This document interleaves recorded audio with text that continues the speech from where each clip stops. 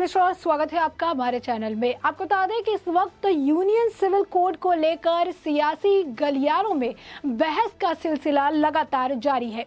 कई राजनेता इसे लेकर अपनी राय जाहिर कर रहे हैं, कुछ विरोध तो कुछ इसका समर्थन कर रहे हैं। वहीं कईयों ने तो इसे अपने राज्य में लागू कराने का ऐलान भी कर दिया है, जिसमें उत्तराखंड के मुख्यमंत्री पुष्कर सिंह धामी का नाम शामिल है। वो तो उत्तराखंड में विधानसभा चुनाव से पूर्व ही ऐलान कर चुके हैं कि यूसीसी को राज्य में किसी भी कीमत पर लागू करवाकर ही रहेंगे।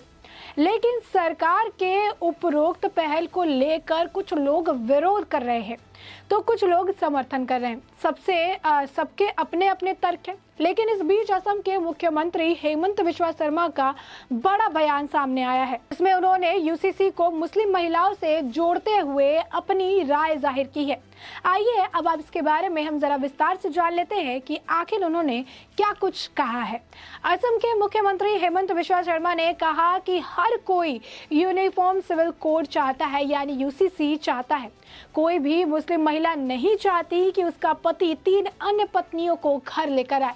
यूसीसी मेरा मुद्दा नहीं है, यह सभी मुस्लिम महिलाओं का मुद्दा है।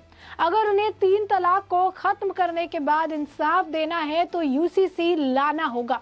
हालांकि इससे पहले भी यूसीसी का मसला सुर्खियों पर रहा है। चलिए अब इसके बारे में भी जान लीजिए कि आखिर यूसीसी क्या है और इसे लेकर इतना ज्यादा सियासी घमासान क्यों चल रहा है। यूनियन सिविल कोड के लागू होने से उपरांत देश में रह रहे किसी भी नागरिक को अपने धर्म, रीति रिवाज की नहीं बल्कि संवैधानिक नियमों का पालन करने के प्रति बाध्य रहना होगा। यूनियन सिविल कोड लागू होने के उपरांत किसी भी धर्म विशेष के व्यक्ति को अपने मजहब के नीतियों की नहीं बल्कि संविधान के नियमों को मानने के प्रति बाध्य रहना पड़ेगा। और यही कारण है कि अब यूसीसी को लेकर देश में बहुत बड़ी बहस छिड़ चुकी है। और इसी बीच असम के मुख्यमंत्री हेमंत बिस्वा शर्मा ने इस कानून को लागू करने की काफी ज्यादा जरूरत बताई है। उन्होंने कहा है कि हर कोई यूसीसी चाहता है और उन्होंने मुस्लिम महिलाओं को लेकर आगे उन्होंने बयान देते हुए कहा कि मुस्लिम महिलाओं को न्याय दिलाने के लिए इस कानून को लागू करना आवश्यक है। यहाँ संवाददाताओं के साथ बातचीत में उन्होंने कहा था कि कोई भी मुस्लिम महिला नहीं चाहती है कि उनका पति 3 अन्य पत्नियों को घर में लेकर आए, सौतेली जो पत्नियां हैं उन्हें लेकर आए। यूसीसी मेरा मुद्दा नहीं है बल्कि यह सभी मुसलमान महिलाओं का मुद्दा है, माँ बेटियों का मुद्दा है। अगर उन्हें न्याय देना है तो 3 तलाक को खत्म करने के बाद यूसीसी लाना होगा। असम में स्वदेशी मुसलमानों और प्रवासी मुसलमानों के बीच अंतर बताते हुए मुख्यमंत्री ने कहा कि स्वदेशी मुसलमान प्रवासी मुसलमानों को साथ मेल जोल नहीं चाहते हैं। उन्होंने कहा कि दोनों धर्म भले ही एक है लेकिन इनका रहन सहन, संस्कृति और मूल बिल्कुल अलग है। बिस्वा शर्मा ने कहा कि जो मुसलमान असम में 2 साल से भी अधिक समय से है वे अपने लिए अलग पहचान चाहते हैं। असम सरकार इस पर जल्द फैसला करने वाली है। उन्होंने कहा कि इस मामले को लेकर गठित उप समिति ने अपनी रिपोर्ट दे दी है, लेकिन सब कमेटी की रिपोर्ट पर सरकार ने अभी फैसला नहीं लिया है। यह भविष्य में निर्णय लेगा कि कौन स्वदेशी मुस्लिम है और कौन प्रवासी मुस्लिम है। असम में इसका कोई विरोध नहीं है, वो अंतर जानते हैं और इसे आधिकारिक रूप वो देना चाहते हैं। वहीं उत्तराखंड के मुख्यमंत्री की अगर बात करें, पुष्कर सिंह धामी ने इसे लेकर हाल ही में बयान दिया था और कहा था कि राज्य सरकार समान नागरिक संहिता को लागू करने के लिए एक समिति का गठन करेगी। समान नागरिक संहिता भारत में नागरिकों के व्यक्तिगत कानून को तैयार करने और लागू करने का एक प्रस्ताव है जो सभी नागरिकों पर समान रूप से उनके धर्म और लिंग की परवाह किए बिना लागू होता है। वर्तमान में विभिन्न समुदाय के व्यक्तिगत कानून उनके धार्मिक ग्रंथों द्वारा शासित होते हैं। देश भर में इस समय समान नागरिक संहिता यानी यूनिफॉर्म सिविल कोड को लेकर लगातार चर्चा हो रही है। और अब इस मुद्दे को लेकर ऑल इंडिया मजलिस-ए-इत्तेहादुल यानी आपको अगर बता दें शॉर्ट में तो AIMIM प्रमुख असदुद्दीन ओवैसी ने भाजपा पर हमला बोला है। उन्होंने समान नागरिक संहिता का विरोध करते हुए कहा है कि इसकी देश में जरूरत बिल्कुल भी नहीं है। एक कानून का जिक्र करते हुए ओवैसी ने आगे कहा कि गोवा में दूसरी शादी करने का कानून है, वहां तो बीजेपी सरकार भी है, तो उसमें रोक क्यों नहीं लगती है। गोवा नागरिक संहिता के अनुसार हिंदू पुरुषों को दूसरी शादी करने का पूरा अधिकार है। यदि पत्नी 30 साल की उम्र तक एक पुरुष बच्चे को जन्म देने में विफल रहती है। उन्होंने केंद्र सरकार से ये भी पूछा कि क्या वह गोवा में नागरिक संहिता को पूरे देश में लागू करेगी। देश में लॉ कमीशन ने भी अपनी रिपोर्ट में कहा है कि मुल्क में समान नागरिक संहिता को लागू करने की कोई जरूरत बिल्कुल भी नहीं है। ओवैसी ने शराब के ऊपर सवाल खड़े करते हुए कहा कि शराब पर पाबंदी क्यों नहीं है। जहां जहां बीजेपी की सरकार है वहां शराब पर क्यों नहीं बैन लगाए जाते हैं। समान नागरिक संहिता और कॉमन कोड में फर्क है।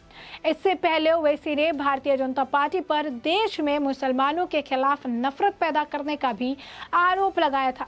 ओवैसी ने इसके साथ ही भाजपा और केंद्र के नरेंद्र मोदी सरकार पर यह भी आरोप लगाया था कि मुसलमानों के खिलाफ इन्होंने युद्ध की घोषणा कर दी है। उन्होंने मुसलमानों के खिलाफ युद्ध घोषित कर दिया है। ओवैसी ने प्रधानमंत्री नरेंद्र मोदी से नफरत की घटनाओं को रोकने की मांग करते हुए कहा था कि इससे देश कमजोर हो रहा है। AIMIM अध्यक्ष और हैदराबाद के सांसद ने कहा कि हमारे देश में भाजपा ने मुसलमानों के खिलाफ नफरत का माहौल खड़ा कर दिया है। मुसलमान धैर्य और साहस नहीं खोते हैं, संविधान के भीतर रहकर इस उत्पीड़न से लड़े। ओवैसी ने आरोप लगाया कि हम प्रधानमंत्री से इस नफरत को रोकने के लिए कहना चाहते हैं। यह देश को कमजोर कर रहा है। आपकी पार्टी और आपकी सरकार या शासन में भारतीय मुसलमानों के खिलाफ युद्ध की घोषणा कर दी गई है। उन्होंने कहा कि हम इस देश के सम्मानित नागरिक है, हमारा जीवन भी मायने रखता है। वहीं बुलडोजर विवाद पर जिक्र करते हुए ओवैसी ने कहा था कि मध्य प्रदेश ने खरगोन शहर और सेंधवा में मुसलमानों के घर गिराए गए थे, उनके साथ ज्यादती की गई थी। मुसलमानों का बहिष्कार करने और उनकी दुकानों से खरीदारी नहीं करने का भी आह्वान किया गया था। ये क्या सही है? हाल ही में हरियाणा ने खुद को गौ रक्षक कहने वाले एक बुजुर्ग की दाढ़ी पकड़ ली और उसकी पिटाई कर दी। उन्होंने कहा कि इसी तरह के एक अन्य व्यक्ति को यह आरोप लगाते हुए कि उसके घर से ले जाया गया कि उसने एक गाय का वध किया है और उसे पीटा भी गया। अपने संबोधन के दौरान भावुक ओवैसी ने मुसलमानों से कहा कि वो उम्मीद है कि और हिम्मत नहीं हारे, उन्हें उम्मीद और हिम्मत दोनों ही बनाए रखनी है। उन्होंने पूछा कि क्या सरकार इस तरह से UCC को पूरे देश में लागू करना चाहेगी।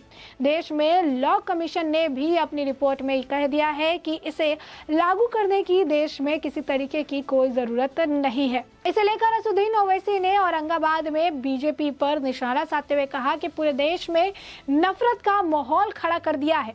जहां जहां बीजेपी की सरकार है वहां कानून का शासन नहीं है बल्कि बुलडोजर का शासन है। भाजपा शासित राज्यों में अदालतों को दरकिनार कर बुलडोजर से न्याय दिया जा रहा है। पूरे देश में मुसलमानों को सामूहिक सजा दी जा रही है और इसे लेकर उनका जो बयान है, इस बयान पर ही जवाब देते हुए असम के मुख्यमंत्री हेमंत बिश्वा शर्मा ने कहा था कि UCC हर व्यक्ति चाहता है, चाहे मुस्लिम हो, चाहे हिंदू हो या फिर किसी और धर्म का आदमी, क्योंकि कोई भी मुस्लिम महिला नहीं चाहेगी कि उसका पति 3 अन्य पत्नियों को घर लेकर आए। और किसी भी मुस्लिम महिला से पूछो तो वो बताएंगी कि UCC मेरा मुद्दा नहीं बल्कि ये सभी मुस्लिम महिलाओं का मुद्दा है। और अगर उन्हें न्याय दिलाना है तो 3 तलाक को खत्म करने के बाद UCC लाना सबसे ज्यादा जरूरी है। ओवैसी ने कहा था कि किसी के माई के लाल में दम नहीं है कि मुसलमानों को पंचिंग बैग बना देगा। देश में हिंदुओं को आगे बढ़ाने के लिए जमकर पॉलिटिक्स हो रही है। होड़ लगी हुई है कि हिंदुत्व को मनाने वाले सबसे बड़ा कौन है। इस कंपटीशन में सभी नेता और पार्टी आगे चल रहे हैं और एक दूसरे से कॉम्पिटिट कर रहे हैं। तो साफ तौर पर हमने आपको बताया कि किस तरीके से UCC के मुद्दे को लेकर देश भर में बहस छिड़ी हुई है। हर व्यक्ति इस मुद्दे को लेकर अपनी बात, अपनी राय रख रहा है और इसे लेकर बयानबाजी कर रहा है। और इसे देखते हुए असम के मुख्यमंत्री हेमंत बिश्वा शर्मा ने यूसीसी को जरूरत बताई है और ये बयान उन्होंने असदुद्दीन ओवैसी के यूसीसी की देश में जरूरत नहीं है बयान पर अपनी प्रतिक्रिया देते हुए कहा था। तो ऐसे में आपने ये पूरा मामला विस्तार से जान लिया है और इस पूरे मामले पर आपकी भी जो राय हो हमें कमेंट सेक्शन में कमेंट करके जरूर बताएं।